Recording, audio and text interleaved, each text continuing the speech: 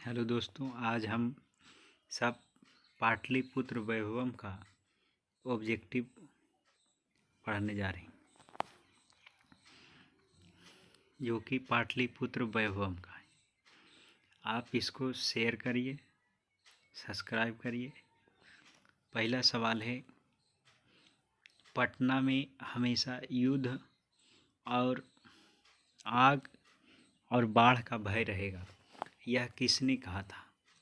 तो ये कहा था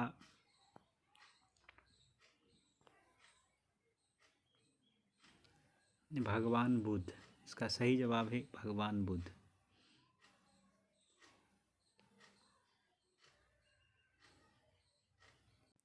अगला सवाल है, काव्य मीमांसा के कवि कौन है? तो काव्य मीमांसा के कवि हो जाएंगे राजशेखर। तो इसका सही जवाब है राजशेखर। इसका आंसर हो जाएगा राजशेखर। अगला सवाल है, गुरु गोविंद सिंह का जन्म स्थान किस नाम से प्रसिद्ध है? गुरु गोविंद सिंह का जन्म स्थान गुरुद्वारा के नाम से प्रसिद्ध है। इसका आंसर हो जाएगा गुरुद्वारा। अगला सवाल है, राजशेखर की रचना कौन सी है? राजशेखर की रचना काव्य मीमांसा है। इसका आंसर हो जाएगा 4 का 1 काव्य मीमांसा। तो राजशेखर के द्वारा काव्य मीमांसा नामक ग्रंथ लिखा गया था। अगला सवाल है, कौमुदी महोत्सव किस ऋतु में मनाया जाता था? तो चंद्रगुप्त मौर्य के समय में पाटलिपुत्र में शरद ऋतु में कौमुदी महोत्सव मनाया जाता था। इस ऋतु में जैसा आज की दुर्गा पूजा के अवसर पर जैसा भीड़ भाड़ लगता है, उसी तरह से कौमुदी महोत्सव में भी बहुत लोग जाते थे। अगला सवाल है, पटना नगर की पालिका देवी कौन है? पटना नगर की पालिका देवी हैं, उसका नाम है पटन देवी। पटन देवी जो हो गया, इसका सही जवाब है पटन देवी। अगला सवाल है, कौमुदी महोत्सव किसके शासनकाल में मनाया जाता था? तो कौमुदी महोत्सव जो है गुप्त वंश के शासनकाल में मनाया जाता था। कौमुदी महोत्सव उसी समय शरद ऋतु में कौमुदी महोत्सव का आयोजन किया जाता था। तो इसका सही जवाब हो जाएगा गुप्त वंश के शासनकाल में। अगला सवाल है, गुरु गोविंद सिंह का जन्म स्थान कहाँ है? गुरु गोविंद सिंह का जन्म स्थान पाटलिपुत्रा में। इसका सही आंसर हो जाएगा पाटलिपुत्र। परिभूत पुरंदरम स्थानम की संज्ञा किसे दी गई है? परिभूत पुरंदर स्थानम का संज्ञा दिया गया है पाटलिपुत्र नगर को। इसका सही आंसर है पाटलिपुत्र नगर। मेघास्थनीज किसके समय में पटना आया था? मेघास्थनीज किसके समय में पटना आया था? तो इसका सही जवाब हो जाएगा चंद्रगुप्त मौर्य के समय में मेघास्थनीज जो यूनान का राजदूत था, मेघास्थनीज चंद्रगुप्त मौर्य के दरबार में आया था। अब 11 नंबर में है, पाटल पुष्पों की पुतलिकार रचना के आधार पर पटना का कौन सा नाम है? तो पाटल पुष्प का अर्थ होता है गुलाब, और इसके आधार पर पटना का नाम रखा गया है। इससे यह पता चलता है कि पटना का पुराना नाम पाटलिपुत्र था। तो इसका नाम हो जाएगा पाटलिपुत्र। पाटल में होता है गुलाब। अगला, पाटलिपुत्र पटना के नाम से कब प्रसिद्ध हुआ था? ये बताना है कि पाटलिपुत्र पटना के नाम से कब प्रसिद्ध हो गया। तो पाटलिपुत्र जो है पटना के नाम से प्रसिद्ध हो गया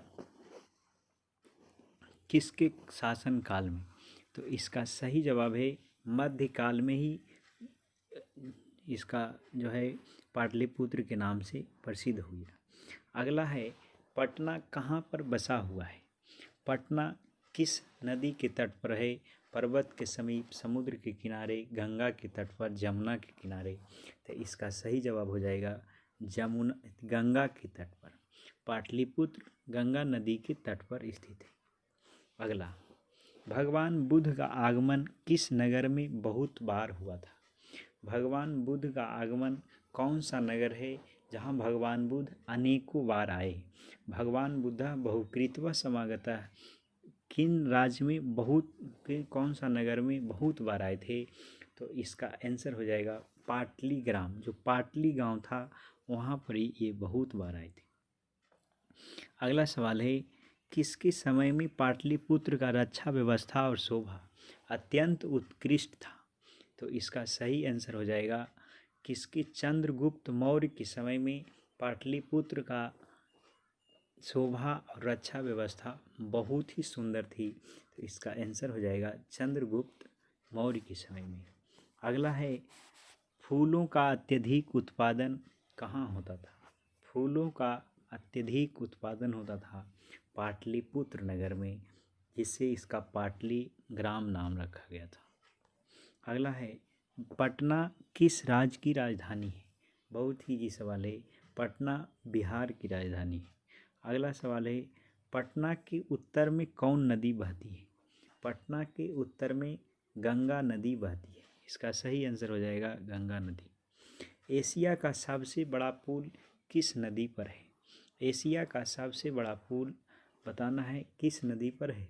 तो एशिया का सबसे बड़ा पुल गंगा नदी पर है, गांधी सेतु जिसका नाम है। अगला है, गोलघर कौन सा शहर में? गया में, पटना में, हैदराबाद में, लखनऊ में? तो गोलघर पटना में है। अगला सवाल, सिख संप्रदाय की 10वें गुरु का जन्म स्थान कहाँ हुआ था? जो सिख संप्रदाय थी 10वें गुरु श्री गुरु गोविंद सिंह, उनका जन्म स्थान पटना में हुआ था, पाटलिपुत्र, जो आज पटना सिटी के नाम से प्रसिद्ध है। मुद्रा राक्षस किसकी रचना है? मुद्रा राक्षस किसकी रचना है? 22 नंबर सवाल है। मुद्रा राक्षस जो है ये विशाख दत्त की रचना है। इसका आंसर हो जाएगा विशाख दत्त। अगला सवाल है, पटना नगर का समुद्धार किस वंश के शासन काल में हुआ था? पटना नगर का समुद्धार किस वंश के शासन काल में हुआ था? तो इसका सही आंसर जो होगा, समुद्धार हुआ था मौर्य वंश के समय में। इसका सही आंसर होगा मौर्य वंश। अगला सवाल है, किसने अपने संस्मरण में पाटलिपुत्र का रक्षा और शोभा व्यवस्था का वर्णन किया है? तो इसका हो जाएगा 24 का बी, मेगास्थनीज ने अपनी पुस्तक में पाटलिपुत्र के रक्षा और इसका व्यवस्था का वर्णन किया है। अगला सवाल है, पाटलिपुत्र नगर में क्या प्रसिद्ध है? तो पाटलिपुत्र नगर में गोलघर प्रसिद्ध है। इसका सही जवाब हो जाएगा गोलघर। सही आंसर है गोलघर। अगला सवाल है, पटना शब्द की उत्पत्ति किस शब्द से हुई है? तो पटना शब्द की उत्पत्ति जो है, पटना शब्द की उत्पत्ति पतन से हुई। इसका सही आंसर होगा 26 का 2 पतन। अगला सवाल है, किसने कहा कि पाटलीग्राम एक महानगर हो? तो जब भगवान बुद्ध बहुत बार पाटलिपुत्र आए थे तो उन्होंने कहा था कि यह गांव जो है आगे चल कर के महानगर होगा। तो इसका सही जवाब हो जाएगा भगवान बुद्ध। सही आंसर है। अगला, पाटलीग्राम भविष्य में किस नाम से विख्यात हुआ? तो पाटलीग्राम जो था वह आगे चल कर के पाटलिपुत्र के नाम से प्रसिद्ध हो गया। कवि शिक्षा के रचनाकार कौन है? कवि शिक्षा के रचनाकार जो हैं, ये कवि शिक्षा के रचनाकार हो जाएगा राजशेखर। ये दूसरा चैप्टर का इसमें दे दिया है, ये राजशेखर हो जाएगा। नदी, गंगा नदी के ऊपर पटना में किस सेतु का निर्माण हुआ है? गंगा नदी के ऊपर पटना में किस सेतु का निर्माण हुआ है? तो हमने बताया था इसका निर्माण हुआ है महात्मा गांधी सेतु का, जो एशिया का सबसे बड़ा सेतु है। आगे है, काव्य मीमांसा ग्रंथ का रचना किसने किया है? काव्य मीमांसा ग्रंथ का रचना किया है राजशेखर। इसका सही आंसर हो जाएगा राजशेखर। पाटलिपुत्र वैभवम पाठ में किस नगर का वर्णन किया गया है? इस नगर में, पाटलिपुत्र वैभवम में पटना का वर्णन किया गया है। अगला है, पाटलिपुत्र किस महापुरुष का जन्म स्थली है? तो सिख संप्रदाय के 10वें गुरु गोविंद सिंह का जन्म स्थान गुरुद्वारा के नाम से प्रसिद्ध है और यह जो है गुरु गोविंद सिंह का जन्म स्थली है। इसका सही आंसर हो जाएगा गुरु गोविंद सिंह। अगला है चंद्रगुप्त किस वंश का संस्थापक था? तो चंद्रगुप्त मौर्य था वह मौर्य वंश का संस्थापक था। तो इसका सही आंसर हो जाएगा 34 का 1 मौर्य वंश। अगला सवाल है 35 नंबर में पुरंदर शब्द का पर्यायवाची शब्द क्या होगा? पुरंदर शब्द का पर्यायवाची क्या होगा? पुरंदर शब्द का पर्यायवाची शब्द होता है इंद्र। अगला सवाल है 36 नंबर सिखों के 10वें गुरु कौन थे? तो सिखों के पहले गुरु थे गुरु नानक, लेकिन और 10वें और अंतिम गुरु थे गुरु गोविंद सिंह। 10वें गुरु जिनका जन्म स्थान गुरुद्वारा के नाम से प्रसिद्ध है और यह पटना में है। तो इसका आंसर हो जाएगा गुरु गोविंद सिंह। जबकि गुरु नानक का जन्म हुआ था तलवंडी पाकिस्तान में।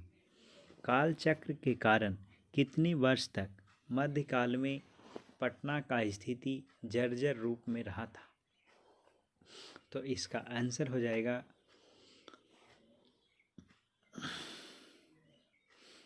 कितने वर्षों तक रहा था? तो लगभग 1000 वर्षों तक रहा था। तो 37 का आंसर हो जाएगा 37 का आंसर 200 वर्षों तक रहा था। अगला सवाल है कूटनिमित्तव्यम काव्यम किस काव्य की रचना है? कौन से कवि हैं? तो इसका आंसर हो जाएगा कूटनिमित्तम काव्य जो है दामोदर गुप्त के द्वारा लिखा गया है।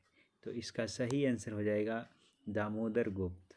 इसका सही आंसर है दामोदर गुप्त। अगला सवाल है गुरु गोविंद सिंह किस धर्म के गुरु थे? गुरु गोविंद सिंह सिख संप्रदाय के गुरु थे। तो इसका सही आंसर हो जाएगा सिख। अगला सवाल है अब हम पढ़ते हैं अलस कथा। अलस कथा एक आलसियों की कहानी है। यह व्यंग्यात्मक ढंग से लिखा गया है। तो यह व्यंग के रूप में है। इसमें 4 आलसियों की कहानी बताया गया है। इसमें 4 आलसी होते हैं। वह जो है अपने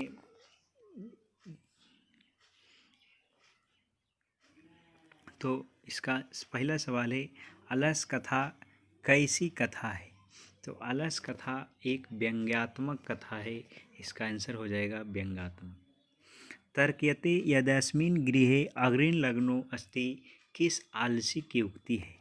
इसका अर्थ हुआ कि लगता है यह घर में आग लगा हुआ है। यह किस आलसी का युक्ति था? तो उसमें 4 आलसियों में था। वह पहला आलसी बोला, दूसरा आलसी बोलता था कि लगता है कि इस घर में की लगा है, आग लगा है। तो इसका आंसर हो जाएगा दूसरा आलसी बोलता था। आलस साला में मैंने आलसियों के घर में आग किसने लगाई थी? तो इसका आंसर हो जाएगा आलसियों के घर में आग जो लगाया था आलसशाला के कर्मचारियों ने। आलसशाला के कर्मचारियों ने आलसियों के घर में आग लगा दिया था।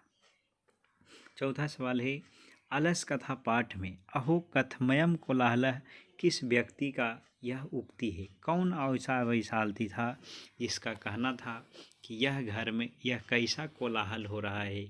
यह किसने कहा था? तो 4 नंबर का आंसर जो हो जाएगा 4 का यह पहला आलसी बोला था कि लगता है कि घर में आग लगा हुआ है। अलसशाला में आग कब लगाई गई थी? रात में, दिन में, जब सो रहे थे, जब सब भोजन कर रहे थे। तो 4 आलसी जब अलसशाला में सो रहे थे तो अलसशाला के मंत्रियों के द्वारा वहाँ आग लगा दिया गया था। तो इसका सही जवाब हो जाएगा अलसशाला जब सो रहे थे। घर में आग लगा देख करके कौन लोग पलायन कर गए? तो 6 नंबर का आंसर जो हो जाएगा जो सभी अच्छा थे वह आग लगा हुआ देख कर धूर्त लोग उसको बोलते हैं, ये सभी लोग पलायन कर गए थे। 4 आलसियों को कैसे बाहर किया गया था? तो चारों आलसी जो वहाँ था वह आलसशाला में ऐसा जो था दानवीर स्वामी जो था उसके द्वारा उसको केस पकड़ कर करके उसको घर से बाहर किया गया था। तो इसका सही जवाब हो जाएगा केस पकड़कर।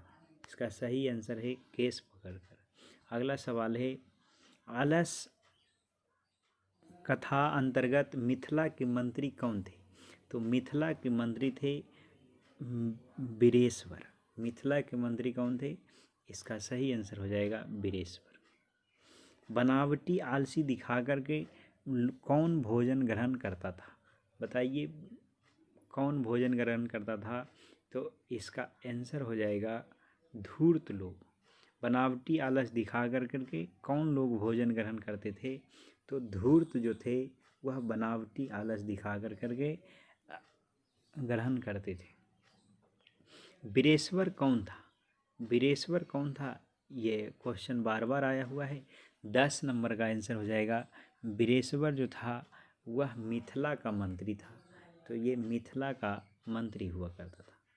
अलसशाला में आग क्यों लगाया गया था? आलसियों को भगाने के लिए, ऑप्शन दूसरा है आलसियों को परीक्षा लेने के लिए, अलसशाला की संपत्ति हड़पने के लिए, इनमें से कोई नहीं। तो अलसशाला में जो आग लगाया था वह आलसियों का परीक्षा लेने के लिए लगाया था।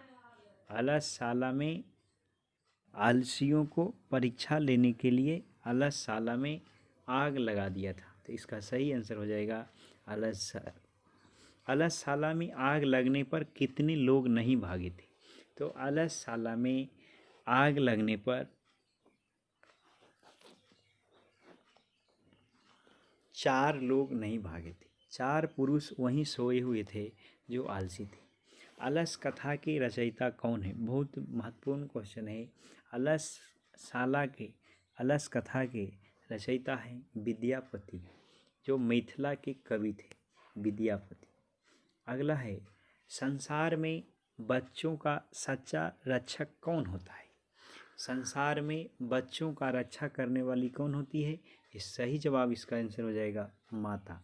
तो माता जो होता है बच्चों का सही रक्षक होता है। मंत्री बीरेश्वर का स्वभाव कैसा था? तो मंत्री बीरेश्वर का जो स्वभाव था वह दानी था।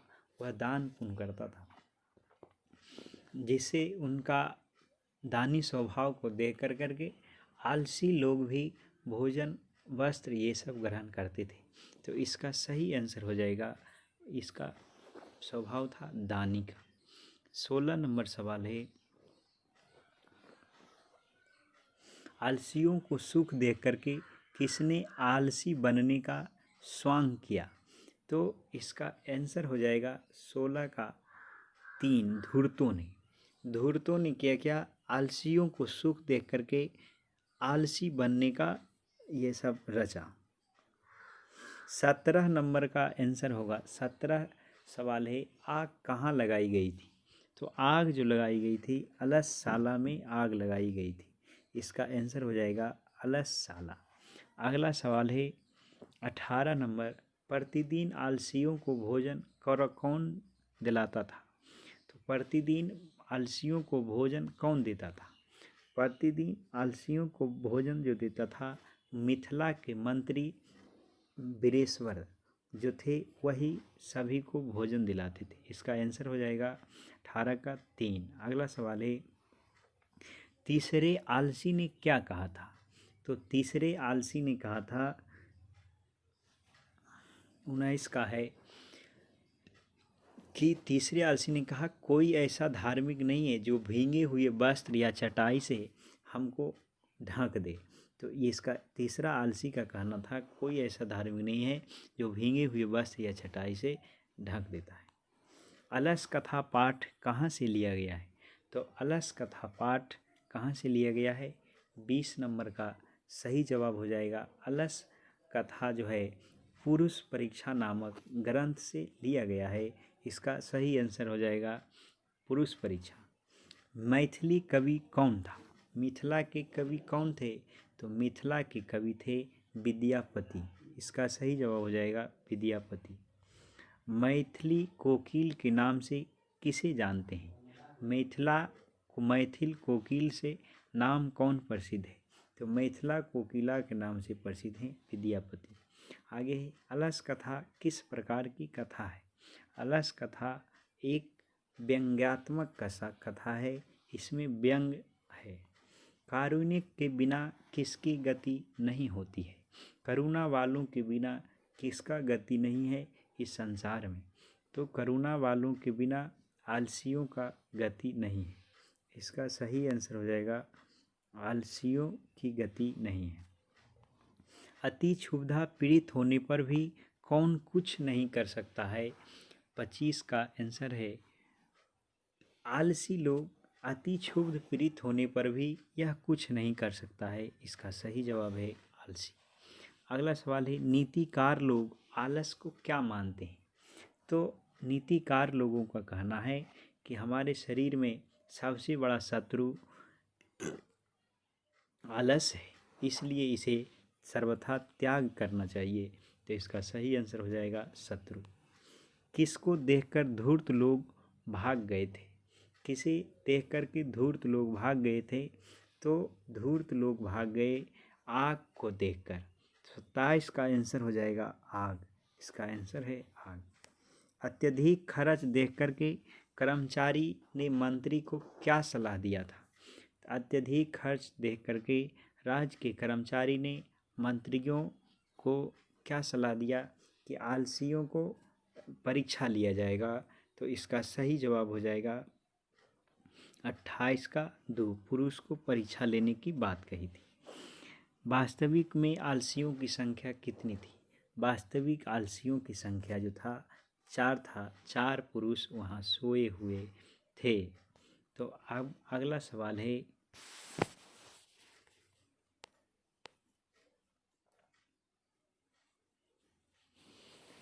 पतिरेव गति। यहाँ क्या भराएगा बुक से सवाल है पतिरेव गति बालनाम जननी गति रिक्त स्थान में कौन सा पद होगा। तो पतिरेव गति स्त्रीनाम बालनाम जननी गति नालसानाम गति कचिलोके कारुणिकम बिना। पति की गति स्त्रियों से है, बालकों की गति माँ से है। तो यहाँ हो जाएगा पति की गति स्त्रियों से है, पति का जो गति होता है स्त्रियों से होता है। को अपि धार्मिको नास्ति कैट वर्षान प्रावनोति किसने कहा था। तो ये कहा था 31 का सही जवाब हो जाएगा 3। तीसरा आलसी ने कहा था कि कोई भी धार्मिक नहीं है जो कि भींजे हुए कंबल से उड़ा दे। अगला सवाल है जनक की सभा में कौन थी। तो इसका आंसर हो जाएगा जनक की सभा में कुशल गागरी हुआ करती थी। कुशल गार्गी। अगला है अच्युत राय कहाँ का राजा था। अच्युत राय किस नगर का राजा हुआ था।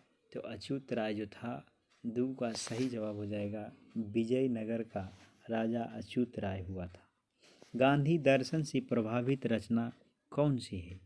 गांधी दर्शन से प्रभावित रचना जो हो जाएगा 3 का 3 गांधी सत्याग्रह गीता। इसका सही आंसर है सत्याग्रह गीता। कंपन राय के समय क्या है। कंपन राय किस समय के थे। तो इसका सही जवाब हो जाएगा 14वीं शताब्दी का। अगला सवाल है लौकिक संस्कृत साहित्य की कवित्रियों में प्रथम कल्प कौन है। तो लौकिक संस्कृत साहित्य में प्रथम कल्प जो है शिला भट्टिकारिका। इसका सही आंसर हो जाएगा 5 का 1। सर्व शुक्ला सरस्वती किसने कहा था। सबसे सुंदर सरस्वती है यह किसके द्वारा कहा गया था। तो इसका 5 का आंसर हो जाएगा यह दंडी के द्वारा कहा गया था कि सबसे शुक्ला सुंदर सरस्वती है, जो कि बेकार कहा गया था। महाभारत में किस लेखिका का उल्लेख मिलता है। तो महाभारत में सुलभा का उल्लेख मिलता है। अगला है वर्तमान काल की संस्कृत लेखिका कौन है। तो वर्तमान काल की संस्कृत लेखिका मिथिलेश कुमारी मिश्र है। अगला सवाल है आधुनिक काल की संस्कृत लेखिकाओं में कौन बहुत ही प्रचलित है। तो आधुनिक काल की लेखिकाओं में सबसे अधिक प्रचलित है, बहुत ही प्रसिद्ध है आधुनिक क्षमा राव। अगला विजयांका का काल किस शतक में माना जाता है। विजयांका का काल किस शतक में माना जाता है? तो इसका सही आंसर हो जाएगा 8वीं सदी। अगला सवाल है, बनमाला भावलाकर किस काल की संस्कृत कवित्रियों में है? तो भावलाकर ये जो है 11 का सही जवाब हो जाएगा 4 वर्तमान काल का। याज्ञवल्क्य की पत्नी मैत्रेयी किसकी शिक्षा देती थी? तो इसका सही जवाब हो जाएगा 13 का 1 चंद्रादित्य। तो इसका सही आंसर है चंद्रादित्य। अगला सवाल है, तो अब इसके आगे जो भी मिलेगा अब इसका नेक्स्ट वीडियो मिलेगा। इसको पूरा देखने के लिए बहुत बहुत धन्यवाद।